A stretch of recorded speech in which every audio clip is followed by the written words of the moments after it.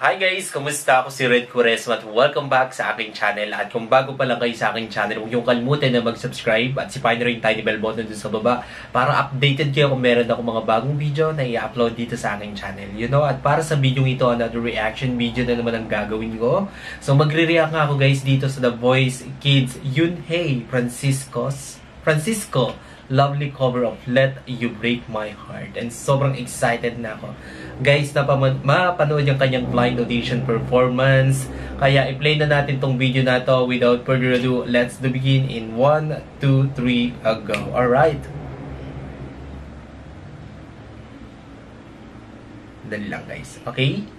Bilang tayo ng 3, 2, 1, go. So, here we go.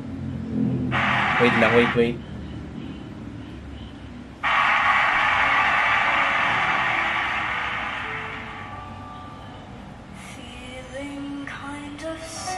Oh.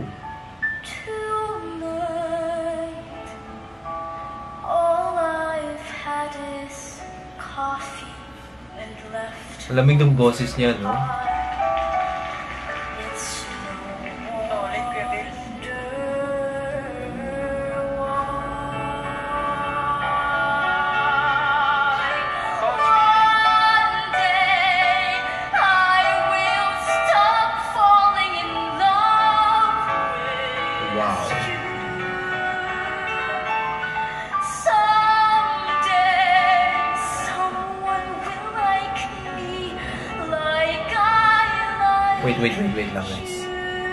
Actually, yung voice ng bata, no? Maganda yung voice tone niya. Masarap pakinggan. And then yung klase ng ganitong genre ng music talaga is pang siya guys, no? Pang teatro, pang theatrical. Pero may napansin lang ako guys na habang kumakanta siya, parang medyo nag-i-struggle lang siya ng konti. Medyo kinakabahan siya ng konti. Di ba? Napansin niyo ba? Pansinin niyo mabuti guys. Pakinggan niyo mabuti. Wait lang, padaanin ko lang yung sasakyan na dumaan ng ingay. Anyways, maganda yung vocals niya. Ha? Maganda yung timbre ng boses niya. And then yung emotion andun eh. Naramdam ko yung emotion niya habang kumakanta siya. until then I'll Galing. drink my coffee, eat my pie, pretend that we are more than friends. Yun, makabawi siya dun guys. Ang linis. Someday, one day, I will stop falling in love Ang angelic ng voice niya, no? with you. Until I do, I'll be thinking of you. Let you break my heart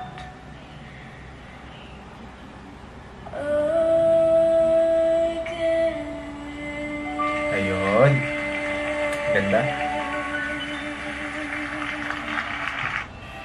Yun yung sinasabi ko guys, no? Diba? Actually, nakabawi siya eh. Nakabawi siya dyan sa bandang climax na ng kanyang performance, no? Ang ganda ng voice tone niya, no? Napaka-angelic ng voice niya.